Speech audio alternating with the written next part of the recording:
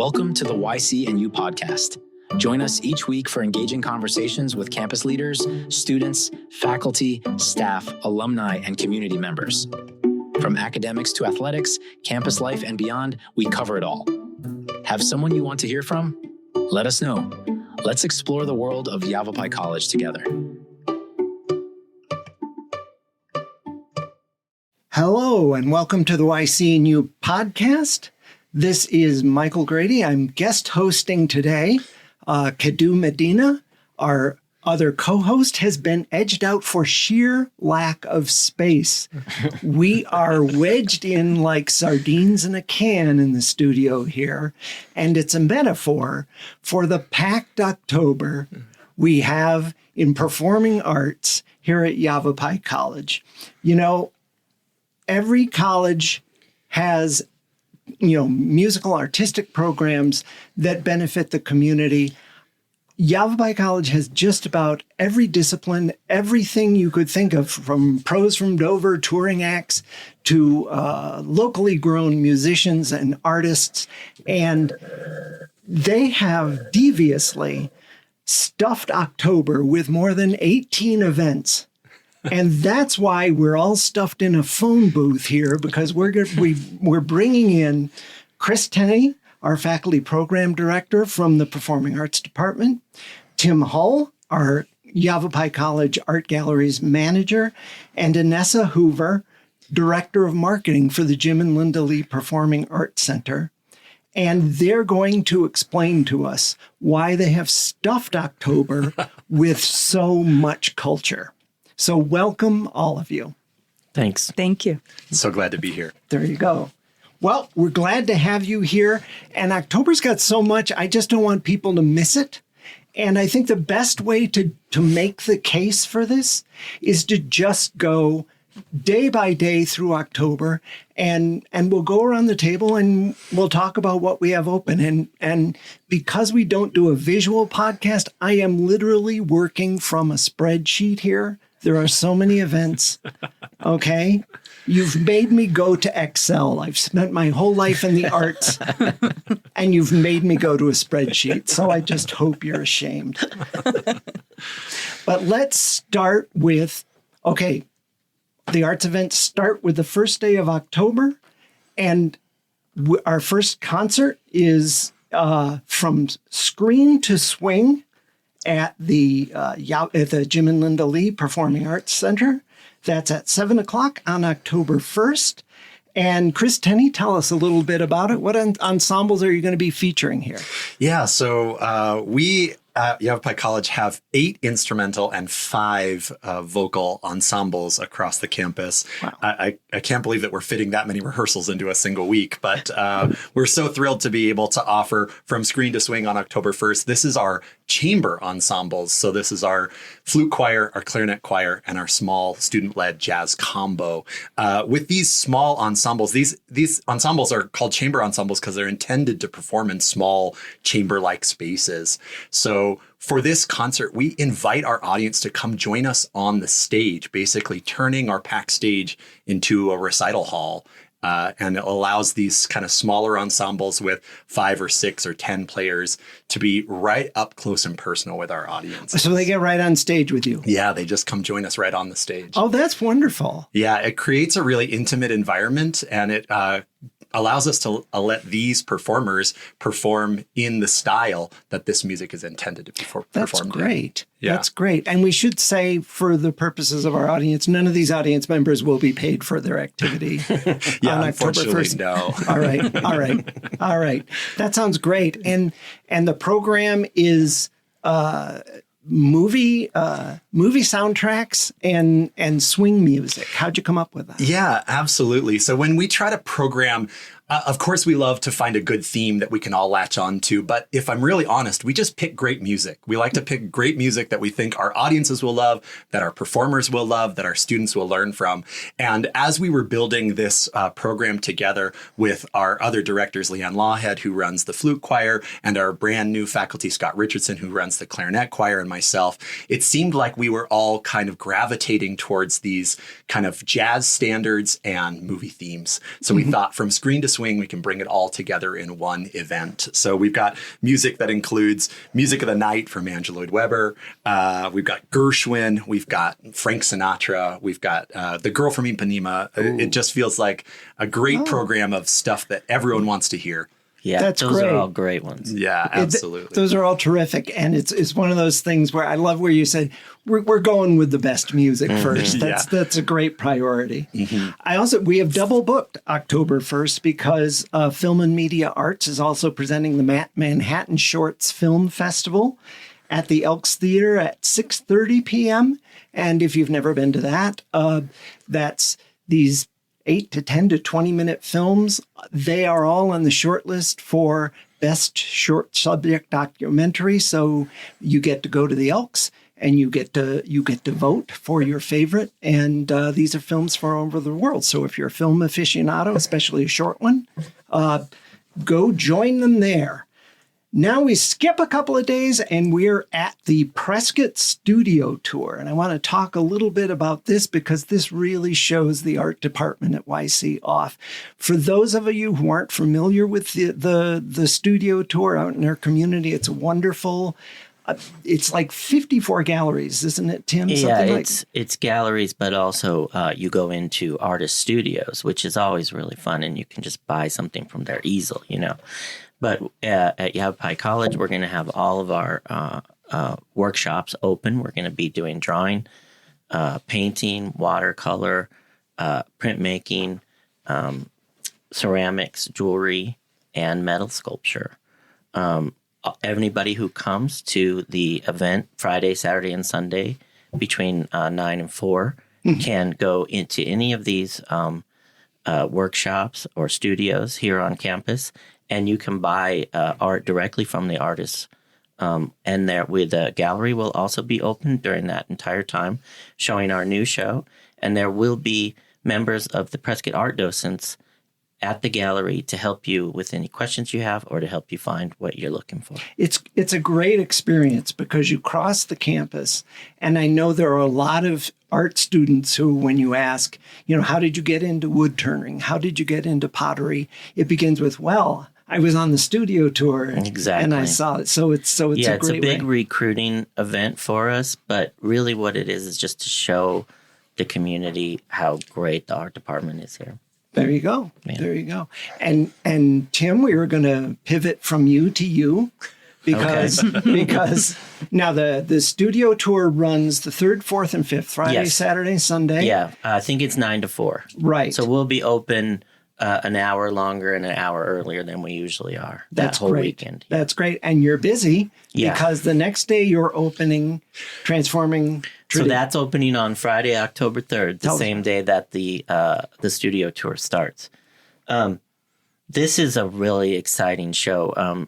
We're really interested in reaching out and working with other departments on mixing up sort of arts and literature and music and everything. So this is really an example of the kind of thing that we want to do in the future. It's called Transforming Traditions, Art and Folklore in 2025. And for it, we worked with Dr. Suzanne Waldenberger, who's the Humanities and Folklore professor here at Yavapai College.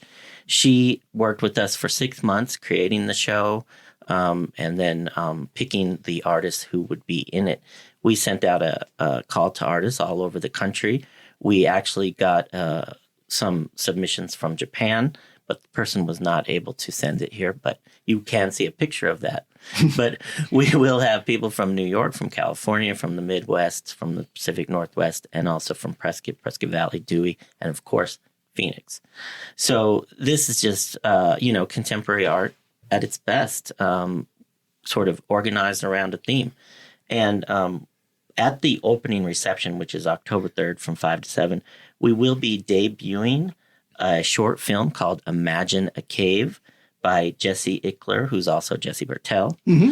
And that's going to happen at 6 p.m. Anybody who wants to see that can come in and see that. And we will also be having the jazz band play as you come in. There you go. And we'll be having them play cool stuff like Round Midnight and So What, and cool songs like that.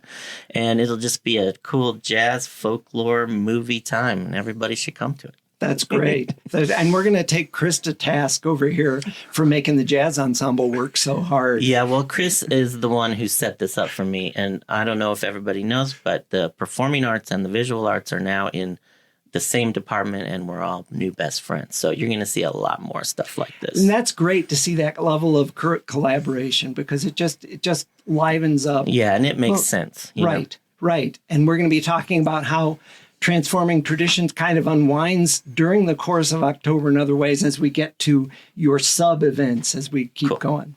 But let's pivot from that to our first touring show of October, which is October 4th, which is the award-winning Mariachi Divas. And we have Inese Hoover here. Tell us a little bit about them, Inese. Yes, so we're excited to present Mariachi Divas de Cindy Shea. This is a trailblazing all-female mariachi ensemble, and it's a live concert on October 4th. This group is celebrated for their groundbreaking artistry. The Mariachi Divas have redefined the genre of mariachi as an all-female ensemble, and they've become a cultural ambassador of mariachi music worldwide.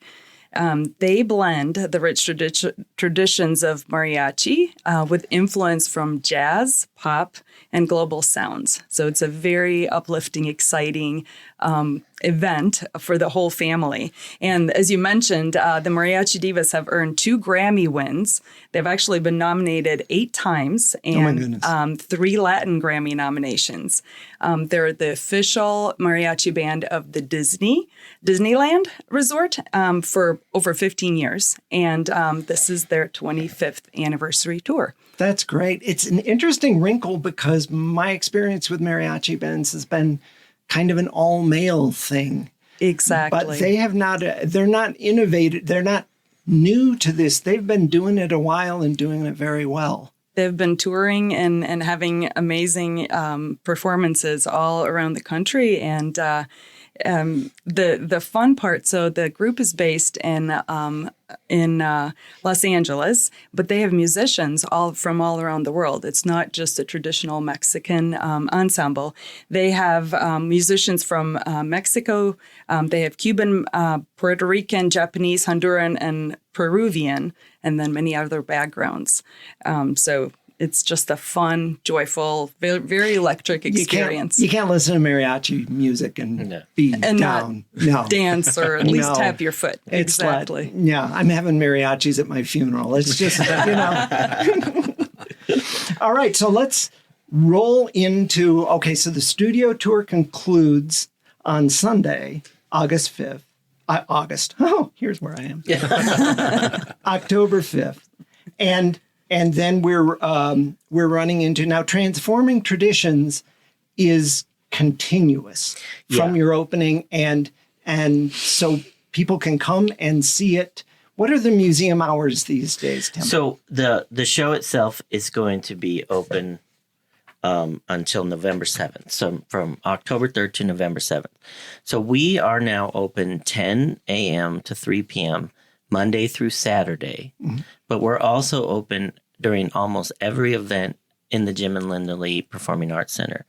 And this year we're making a special effort to be open for all the performances of the performing arts bands. Oh, that's great. We will not be open October 1st because we'll still be hanging our show, but every other show after that, we're really going to try to be open. We will be. So you can see a pack show. You can come out at after the show, or you can come out at an intermission. And browse? You come at intermission. You come. We're going to be open an hour before the show starts, and then we're open for the intermission. So there's plenty of opportunity for you to engage with visual arts while you're listening to the great bands. Oh, that's great. And that's good news for those of us who fear awkward conversation, too. Yeah. You're like, oh, look at the art. You can come in. You. Yeah, so that's awesome. All right. So moving through the second week of October, That highlights with the Harvest Festival out at the Chino Valley Agribusiness Center. And I would refer you to our previous podcast on this with Marnie Zazueta. It would be easier to list the things they don't have. It's everything autumnal. It is hay rides and corn mazes and beer gardens and tours and food trucks and beer gardens again. It's a wonderful family friendly experience. It's out at the Chino Valley Agribusiness Center. It's very family friendly. Bring the kids. It's free admission, although parking is $5. And again, beer garden. So so come on out. It's the best way to get a heavy dose. Get your fall on out there. It's everything autumnal. All right. And now we're back to you, Inese, because we have a pretty big heavyweight coming into the Jim and Linda Lee Performing Arts Center on October 11th. So that night at 7, right? Yes. So the Performing Arts Center is honored to present a living legend, Mavis Staples, in concert on Saturday night, October 11th. So at age 86, Mavis Staples is a true icon of gospel, soul, R&B, and the civil rights movement. She has been uplifting audiences for over 6 decades, starting with her family group, the Staples Singers, and then eventually continuing on with her solo career. Her shows are electric. They're blending classic hits, and with also blending in with her new songs. Yeah, there's I want to point out something that is a lesson to us all. She's 86. Yes. And she's dropping a new album. Is that right? Yes. Yes. So she, Mavis Staples has a new album titled Sad and Beautiful World. It comes out on November 7th. And it honors powerful legacy with interpretations of songs by Gillian Welch, Frank Ocean, and others, alongside with her original compositions. And she may preview this new album during the concert. And then also there's a stirring cover of Kevin Morby's Beautiful Strangers that she just released in August, and she'll be performing that. That's so wonderful. Promises to be an exciting. That sounds to me that she bridges that gap between soul and gospel. It's always inspirational. That's something to look forward to. Unique voice. And you have to follow that, Chris Tenney. The next day, Sunday, October 12th, this is one of your 3 p.m. matinees, which you guys have really nailed the sweet spot on this, because this is great but tell us a little bit about Stories in Song. Yeah, we are so excited to present this program. It's one of these that I've been looking forward to for quite some time. But basically what we're doing is we're performing music that's inspired by literature. And this is funny because Transforming Traditions over at the Art Gallery just goes hand in glove with this, even though we didn't plan that. I guess just great minds think alike. I think we kind of planned it, just not. Yeah, take credit for it. It's in the air. I guess. Yes. So this is going to feature our concert band, our symphony orchestra, and our symphonic band. So our concert band under the direction of Frank Lawhead, our symphony orchestra under new direction, Professor Dave Len Scott, and then I'll close the concert with our symphonic band. But again, all of these pieces are inspired by folklore or by story or by novel. So we've got Johann Demai's Lord of the Rings Symphony. We've got a great cutting of that. Robert Smith's The Iliad, based on the Homer Odyssey. Offenbach's Orpheus in the Underworld, Tchaikovsky's Romeo and Juliet, Robert Smith's Into the Storm. So we've got just a ton of really, really great music that gives that nod to the stories that kind of interweave through kind of all aspects of our life. That's wonderful. And I love the 3 p.m. slot. Yes. Because you can do your Sunday stuff. Yes. You know, you can get your Sunday stuff done. You can get to the concert without hurrying. Yeah. And then you go to dinner after. Exactly. Perfect timing. Yeah. Exactly. So So that's wonderful. It's a really great way to spend a Sunday afternoon. And now with the our gallery. I was going to say, and now with the art gallery, especially because the art gallery is so on theme here, it's just a great way to show up a little early. That gallery is going to be open at 2:00, so you can come in and get your tickets, get those seats just right, swing by the concession stand, check out the art gallery, do it all in one. I think it's very interesting that you guys didn't talk about this at first, but your thematic. Yes. We're so pieces. simpatico. I really still think we did talk about it. But there you go. We are just a few minutes away from doing card tricks here. I think we're very much. And you can bring your drinks into the gallery. So, there no you worries. You can't go wrong. There you go. Well, I want to talk about something that's a much smaller event the next day, because this is something, Tim, that you've been championing at the art gallery, and that's the Docents Art Talk. Yeah, well, really, I have to say it's actually Dean Brian Robertson who championed it. He's the one who really wanted to bring them in. So the Prescott Art Docents, they've been around for 50 years, and they are now part of our gallery. They use our gallery for their Monday morning art talks, which they have twice a month, every other Monday. So in October, we have 2 coming up on the 13th and the 27th. And these are usually about hour-long talks that illuminate some aspect of contemporary or historical art, modern art. It really could be anything from on the 13th, one of the docents is going to give a talk on Lee Krasner, who's Jackson Pollock's wife, and a really excellent abstract painter in her own right, who doesn't always get the due that she deserves because she was overshadowed by Jackson Pollock, her husband. And then on the 27th, Jim Ward, a local artist, is going to talk about his art practice. So at any time, you can come and see a local artist or somebody who knows what they're talking about an artist that you like. We have the schedule at the gallery, and we send this out on our social media and everything. So if you watch that, you'll know all about what we're doing on those days. That's great.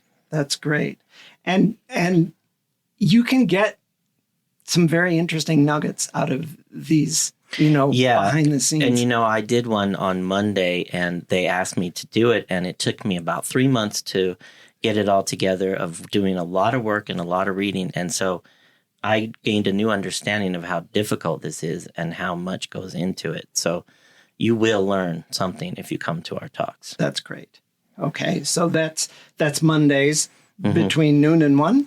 Yeah, between 10 and 1 or 10 and noon, but the shows, the talks start at 10:30. Okay, great. Good to know. All right. Here's a rare thing for October. On October 14th, we have nothing going on. Nothing. So maybe take some time to work on yourself. Maybe that's a good time to go to bed early. Go to bed early. Yeah, there's a lot of, you got to pace yourself. And then we're back on October 15th with all that jazz. Yes, that's right. Tell us about that, Chris. This is another great program of just fantastic music. This is going to feature our Trailblazer and our Rough Rider big bands. So if you're familiar with the jazz big band idiom, we love to just explore every corner of that with these concerts. And that's why the best title we could come up with is All That Jazz, right? So we're going to see things that, relate to old Cole Porter or George Gershwin, Leonard Bernstein. So a lot of that Broadway sort of sound.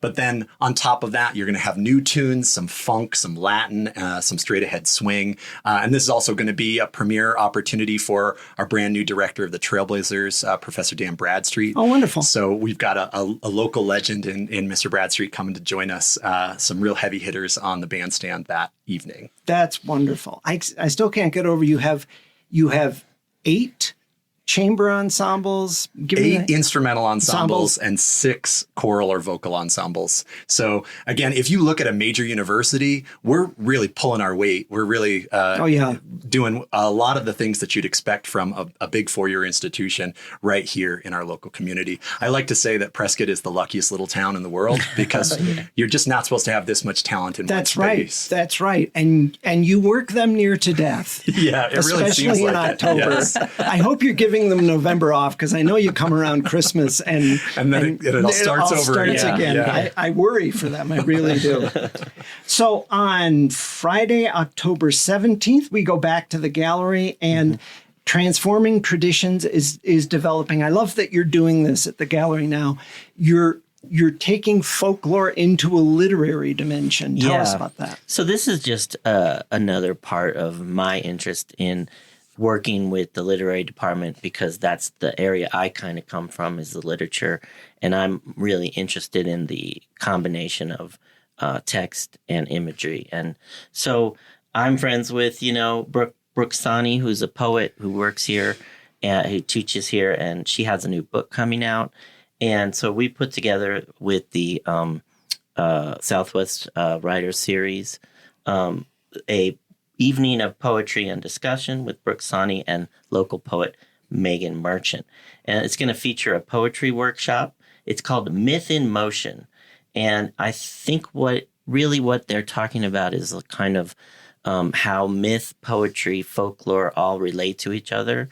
A lot of what we're doing here is sort of trying to rewrite the myths, rewrite the folklore, to kind of bring it into more meaning for contemporary times. Sure. And we have a lot of paintings and other 3D art that sort of takes up that challenge. And this is going to take it up in a literary way with poetry. So there'll be a poetry workshop from 5 to 6, and then we'll all hang around and talk about poetry and art for about an hour. I'll have a cash bar and live music, and then we'll have a discussion with Brooke Sani and Megan Merchant that will be done by Laura Klein from the literature department. And so if you're interested in art and literature, this is going to be your night. Well, if you're interested in folklore at all, you should just park at the Performing Arts Center and just book the month there, because in music, in literature, and every frontier, we're examining every side of it, and multiple cultures, folklore Absolutely. as well. And that's the thing that we want to stress is when you come to our show, you'll see folklore about Africa, and then you'll also see pictures of Bigfoot. So this is really, we're really taking folklore and using it as a big tent. That's great. Well, that's a good pivot to your next incarnation of Transforming Traditions, which is the following Friday, October 24th, with... that's part of the Fourth Friday. Yeah, so that's the Fourth Friday Art Walk, and I have to say this is probably going to be my favorite event. Mark Matos is a musician here. He's a professional musician who tours all over. He has albums out. He's probably, for my money, the coolest guy in Yavapai County, besides Kadu, of course. Well, yeah. But he is going to be, he's very into DIY, do it yourself, creating your own albums, your own music, doing your own tours, so, and that's very much an aspect of folk art is DIY. And so he's going to talk about that. He's going to talk about the historical role of DIY music in American folk art. And he will give an abridged live performance of his one-man folk opera called America Lost and Found. This is going to be extremely cool and interesting. I would suggest that everybody come. It's free and open to the public, and he is a very interesting guy. I think you'll get anybody who's interested in music, art, and literature will get a lot out of it. He's like a multiple threat here. He's a musician. Really is, yeah. He can talk about the history of he's a folk teacher. He's going to be doing a lot more down at the Raven. You can see him down at the Raven a lot in the future. I was lucky enough to meet him when he brought a class into the gallery, and he just started talking, and I'm like, okay, so we're going to get you involved in everything we do. So you'll see him on Friday, October 24th, but you will also see him again in the future.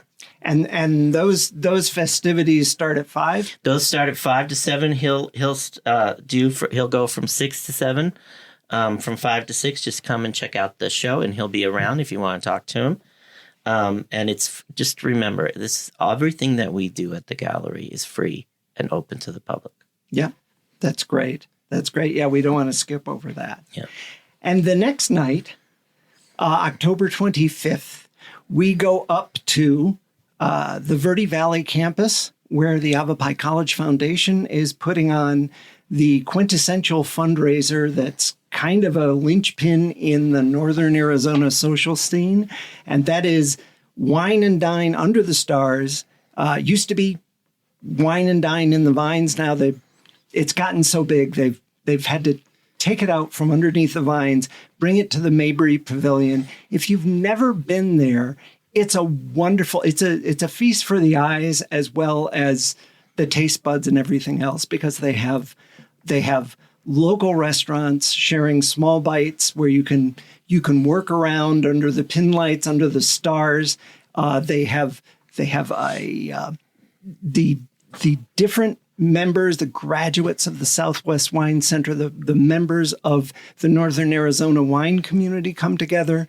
There's a silent auction, there's a wine pull, there's a cork pull, there's live music. It's just wonderful. It's an event put on raising money for the Southwest Wine Center. You'll get to meet their new director, Ryan Avery Follensby, who will be there. It's a wonderful time spent. And if you want more information on that, please contact the Yavapai College Foundation at 928-776-2025. So that's always a great event. So now we go into the final week, and we're back to you, Chris. Music Eclectia. Yes, Musica Eclectica. Musica, okay. Yeah, this is the brainchild of our brand new director of choral studies, Dr. Michael Carter. Oh, okay. Who is just amazing. Obviously, the title implies that it's going to be eclectic music from all across the gamut.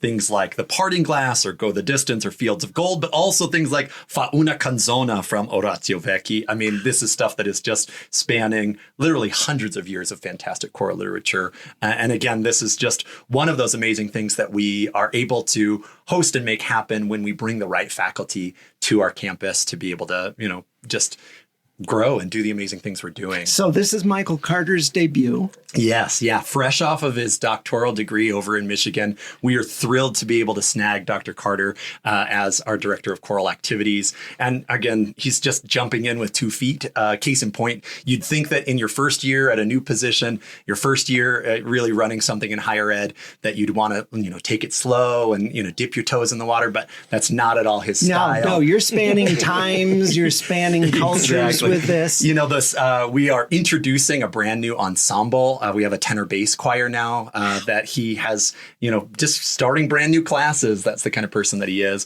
And they're just doing amazing things. And again, on October 26th, we've got this Musica Eclectica program, which is just a great example of that. And this is going to feature 4 of those 6 choral ensembles. And if I can just plug one more event, I know that we're supposed to be here talking only about October, but the one group that's not on that Musica Eclectica program is our Master Chorale. And our Master Chorale is known for performing big, exciting, engaging masterworks from the major composers. And they are currently preparing Foiré's Requiem. And this is a pretty impressive piece of literature. And as its linchpin, this piece revolves around the organ. And as we know at our Performing Arts Center, we don't have a great instrument, but we're thrilled to be able to offer this program at 2 of the most beautiful churches that do have these beautiful instruments. So this will be on November 7th in the evening over at American Lutheran Church. And then we're taking it across the mountain. And on Sunday, November 9th, we're performing it in the afternoon over at Immaculate Conception Catholic Church. Oh, that's wonderful. So you're going both sides of the mountain to share that. Yeah, we're really thrilled with this opportunity that we have to really be Yavapai County's community college and perform in a way that we can, impress audiences from across the whole county. Well, you guys are going on tour. Yes. We're taking the band on the road. That's there right. You go. Yeah. That sounds like a really worthy thing, but of course it's in November, so we just can't bring it up. Sorry. So keep that in mind. All right. We're almost out of October, though.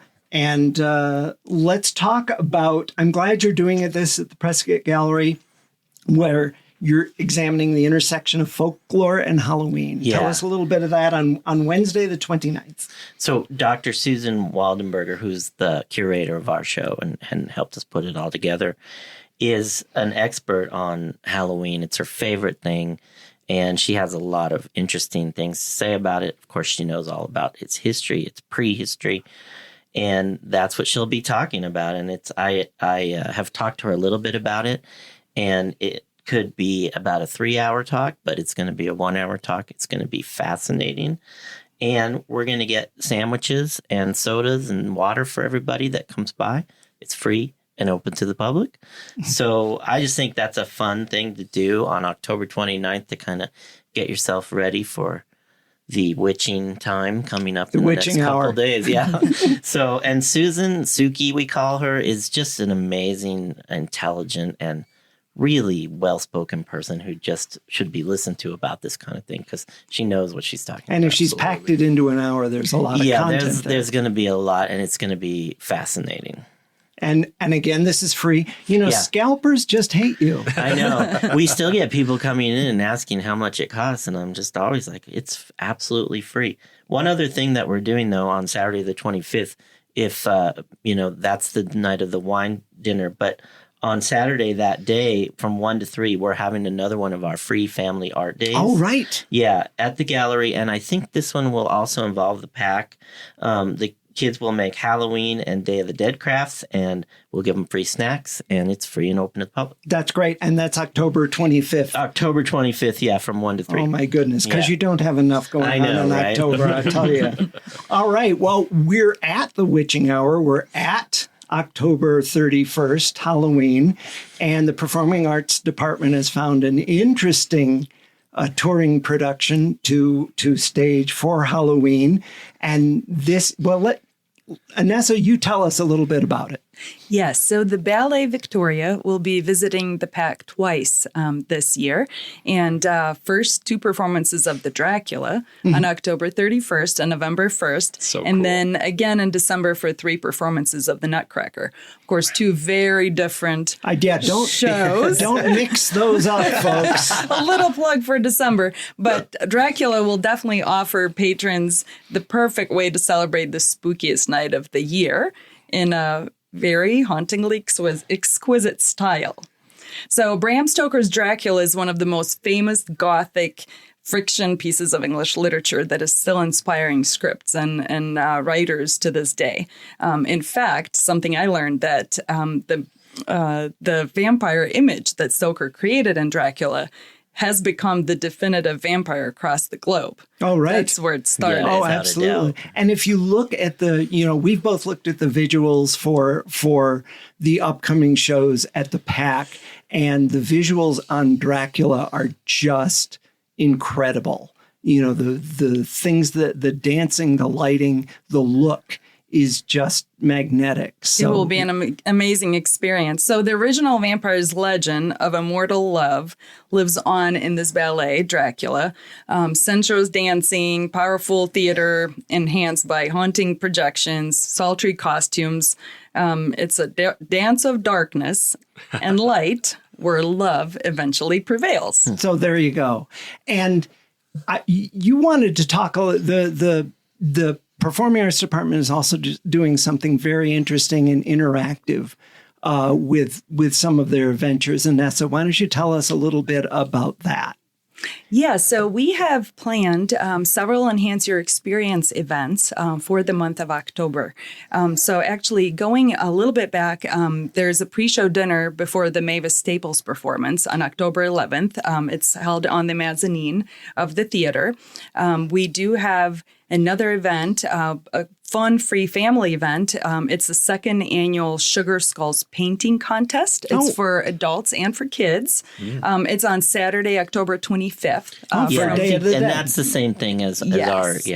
Great. So that's from 10 to noon. Families are invited to join us in the college sculpture garden.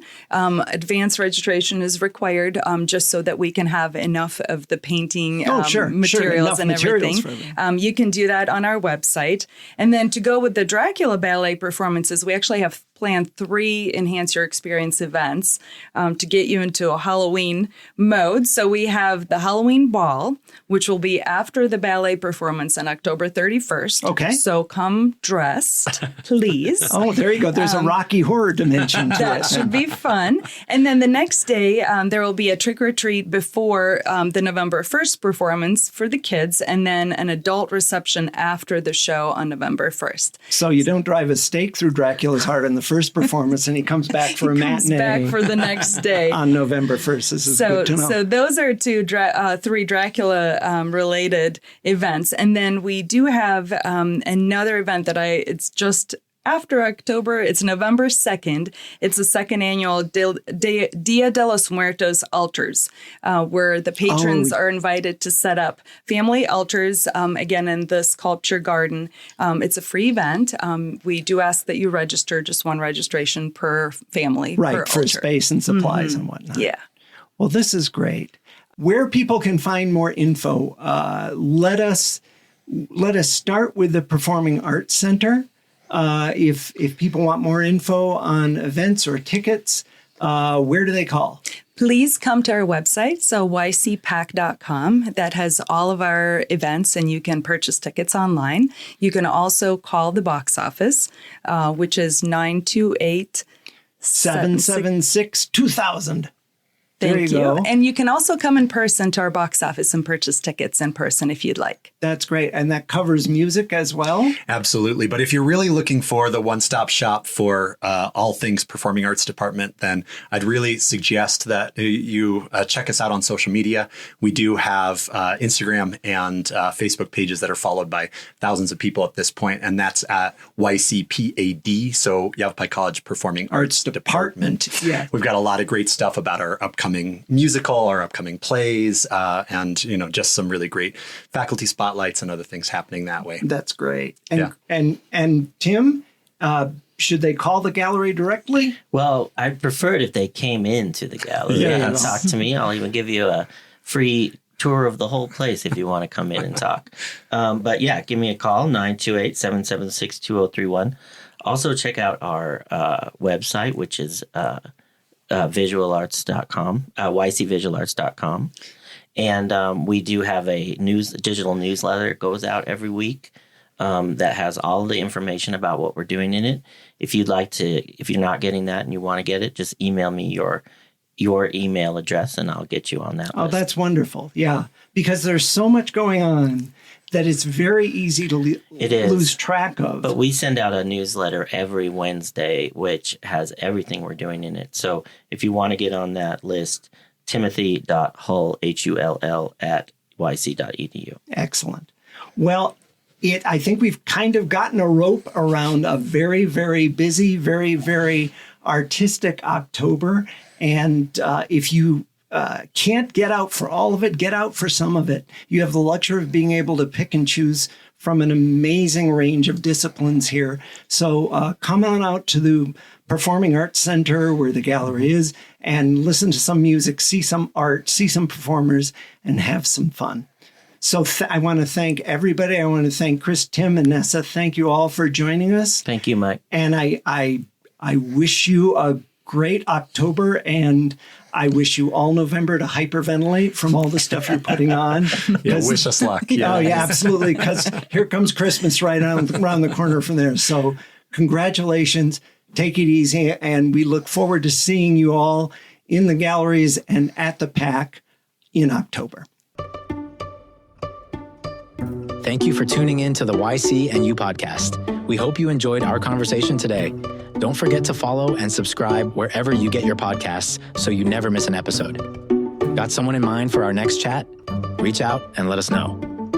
Until next time, keep exploring, and we'll see you next week.